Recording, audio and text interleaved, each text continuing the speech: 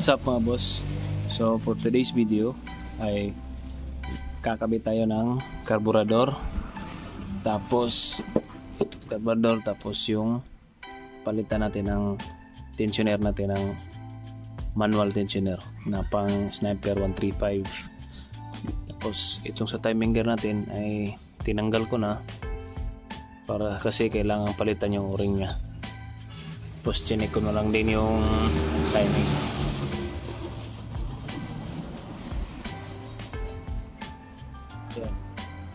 Ito na naman yung bagong update sa motor natin. Ito yung mga ikakabit natin na carburetor. Ano ito? Uco na 26mm. Ayan. 6mm.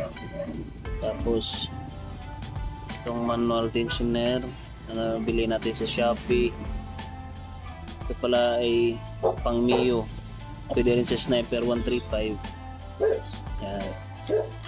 Pwede rin sa Vega Force. Tapos ito yung luma natin na tensioner. So palitan natin ng bago kasi may tama na kasi ito. Tapos ito yung kickstarter na bago. Nabili lang din natin sa Shopee. Lalagay ko na lang sa description yung link ng mga napagbilihan ko nito. Ito yung bagong kakapit natin kasi ito yung luma. Papalitan na natin to ng medyo bago-bago na naman. So far okay pa naman tong kickstarter na to. So pero subukan natin kabit tong alloy. Ito ay sa Wave 100. Yan, subukan natin. Tapos bumili din pala tayo ng elbow rotator para sa carburetor natin. Ayan, para may space mula doon sa cylinder head. Tapos yung elbow na gagamitin natin, ito ay pang isa rin 125 na elbow. Ayan, naka-offset na rin siya. Tapos ito tinabas ko na para may pagkabit natin ng bolt may movement siya. Madali lang natin i-adjust. Tapos ito pala ay niliha ko na to, pinantay ko siya kasi pagbili mo nito pansinin nyo na hindi pantay yun siya pati dito sa kabila. Yan, ito inumpisahan kong lihain pero maya papakita ko sa inyo kung paano ko to niliha. Yan, para maging patay bago natin ikabit. Tapos ito namang timing cover natin. Ayan, sira naman ito kasi o-ring lang papalitan natin. So ngayon itong carburetor na nabili natin ay titingnan natin kung anong mga loob nito. So yan, 26mm Uco siya, Uco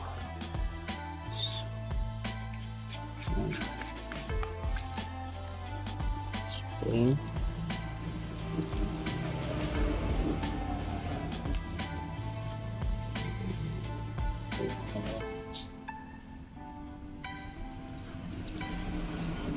Check natin yung para so nasa gitna siya. Ayan.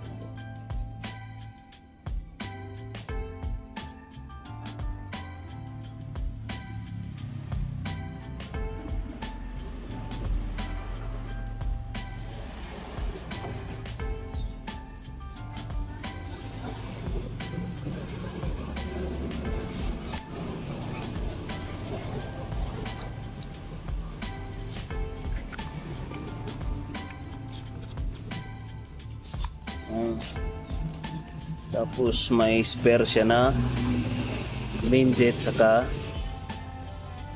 subjet niya, saka ito yung spare na needle niya. Ayan, sa ayos pala ito na natin. Tapos yung adapter niya Yan. Yung gagamitin natin. Hose. May kasama pang mga hose. So itong mga hose ito ay dito naman yan ikakabit. Isa dito. Ayan. Tapos isa dito.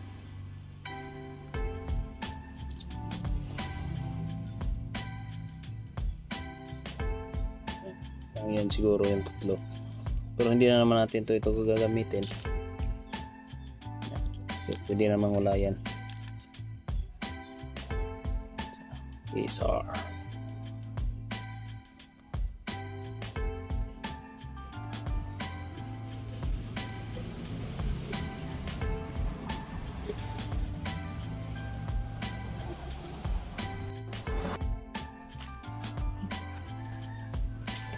kakabit tayo ng kickstarter natin.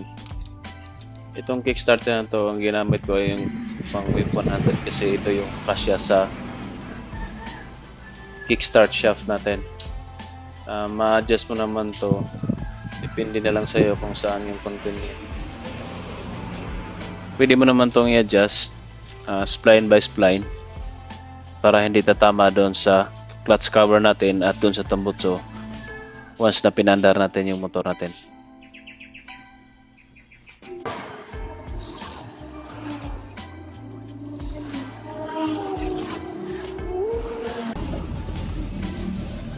So itong crank natin, ito na yun, kabit na natin. Yan, sikat siya, hindi yan babangga, may space yan dyan. Ayan. Kahit hindi naman sagad na lumabas yung shaft natin, yung sa may spline area, okay lang yan kasi titingnan natin dito. Yan. So, sagad siya. Hanggang dyan naman yung spline ng shaft natin. So, ibig sabihin nakain lahat ng ng spline niya. So matibay na yan.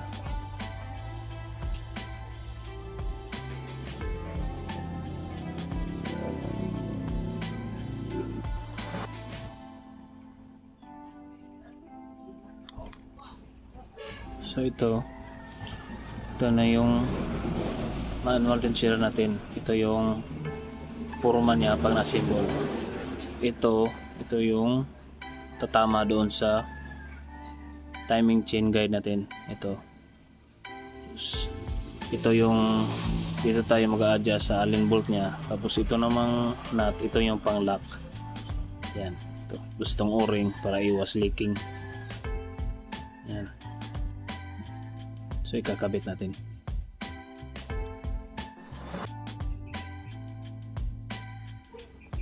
Yan, ito yung gagamitin natin na Mighty gasket. Ang high temp ito, high temp silicone. Mas okay itong gagamitin kaysa dun sa yung kulay gray.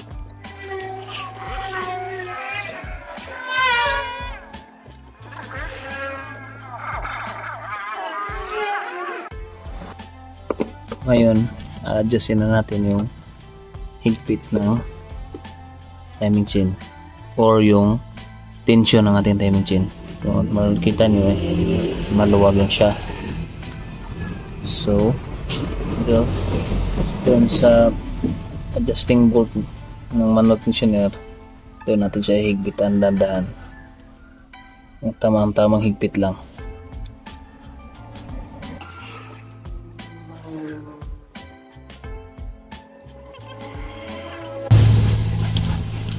So, kung tama na yung seat adjustment, i-lock na natin.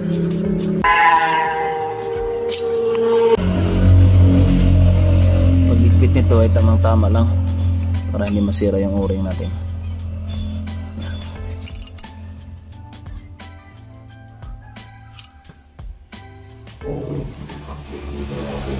So yun, yan na yung manual tensioner natin. pasensyahan na lang muna itong mga bolt natin kasi papalitan natin ng gold bolts yan. So next natin kakabit na lang ang itong sa ating carburetor.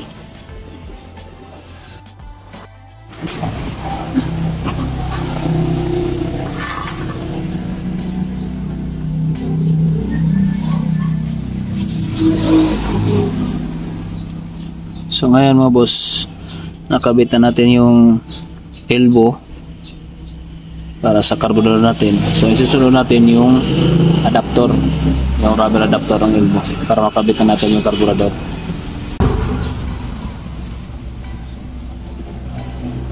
So ito yung adapter natin.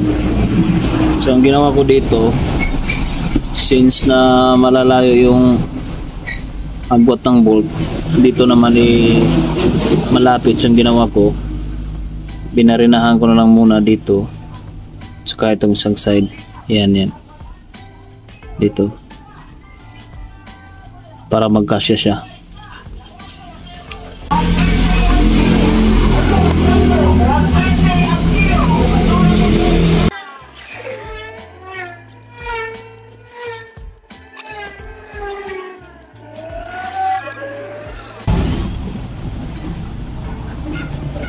So ngayon, ilalagay na natin yung carburetor natin.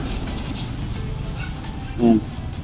Tapos itong flat slide niya ay kinabit ko na dito sa accelerator cable niya. Ayan. Kita natin.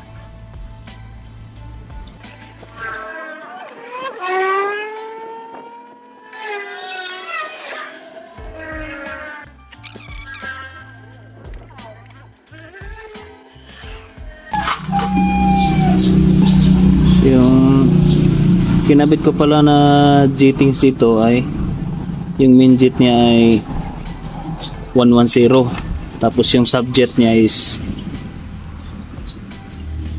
35. Ayan. Kasi yung pagbili mo nito, ang nakakabit nito yung jettings niya ay 115/38. So binuksan ko siya, pinalitan ko ng 110/35. Yan. Ating kaunti. Yan. Doon natin iharap.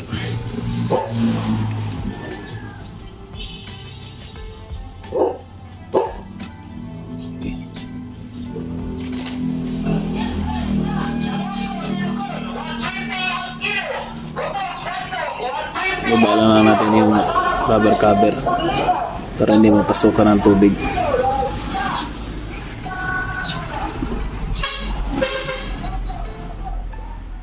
Yun. So ito na yung carburetor natin na nakakabit. Yan.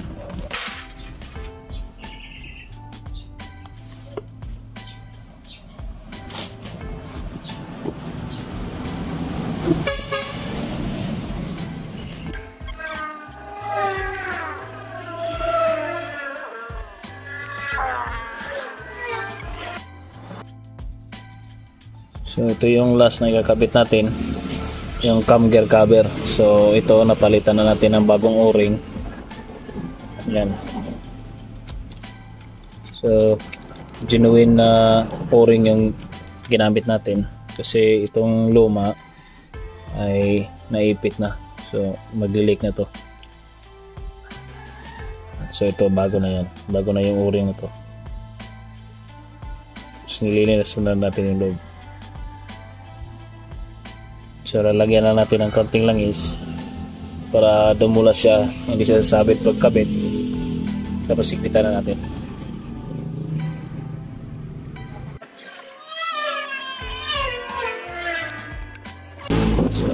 So dahan mo lang, patikotin mo lang pa hanggang sa pumasok. Kasi pag niretso mo, pipilitin mo yan, maiipit yung o-ring. Palit na naman ng bago, so dandahan na natin. Yan, kaya yan.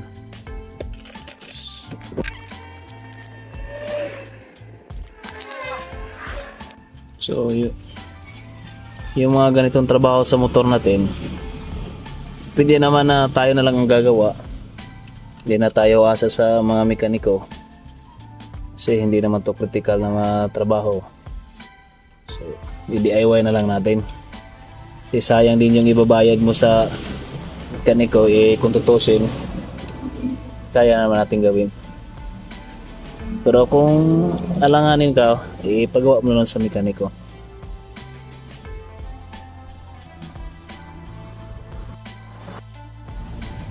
So ayun, tapos na natin ikabit.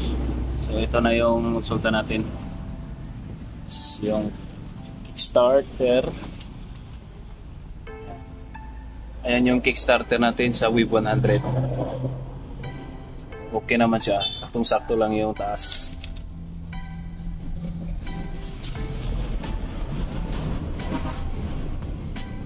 Ngayon, susunod natin gagawin ay ituno natin yung carburetor natin.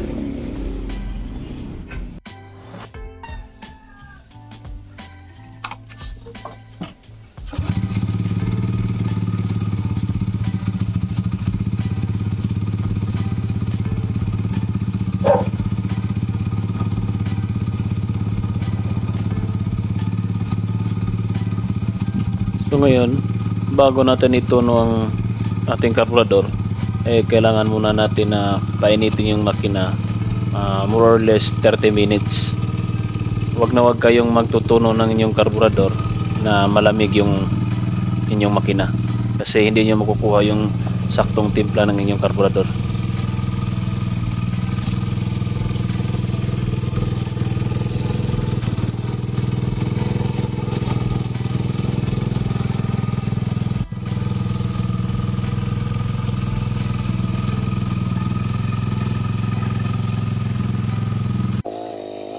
So dito ay fast forward ko na ang pagtuno ng carburetor. Sa pagtutuno ng carburetor, kailangan taasan mo muna yung minor niya. Tapos yung adjustan ng hangin ay fully close mo siya. Tapos dandahanan mo siyang buksan hanggang sa ma-reach mo yung pinakamataas na RPM niya. Tapos pagka-reach mo ng mataas na RPM niya, hintayin mo siya na bago siya bumaba ay doon mo na itigil yung pagbubukas ng air jet niya. So yun na yung pinaka-setting mo.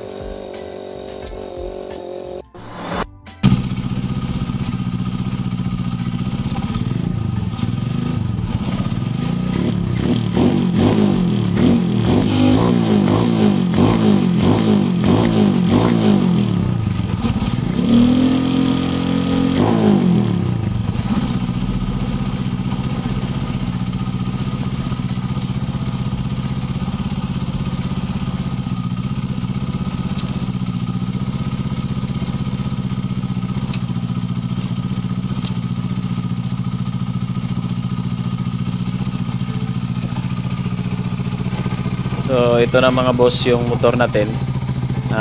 Sinubukan ko siyang i-cambio from first gear to fourth gear. Ito na siya. So comment down below na lang kung anong masasabi nyo sa itsura ng motor natin, yung pagka-setup, kung okay ba sa inyo. Ito lang man ay ideya ko. So pwede nyo gayahin, pwede rin hindi, depende sa inyo.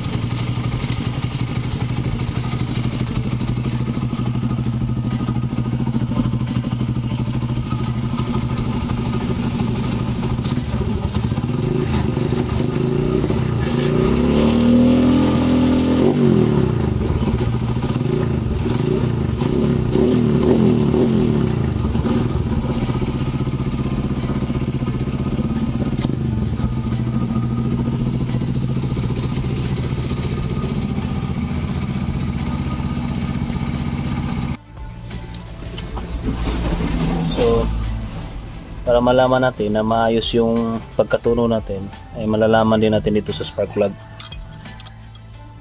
yung kulay ng sunog niya. So tanggalin natin, medyo mainit.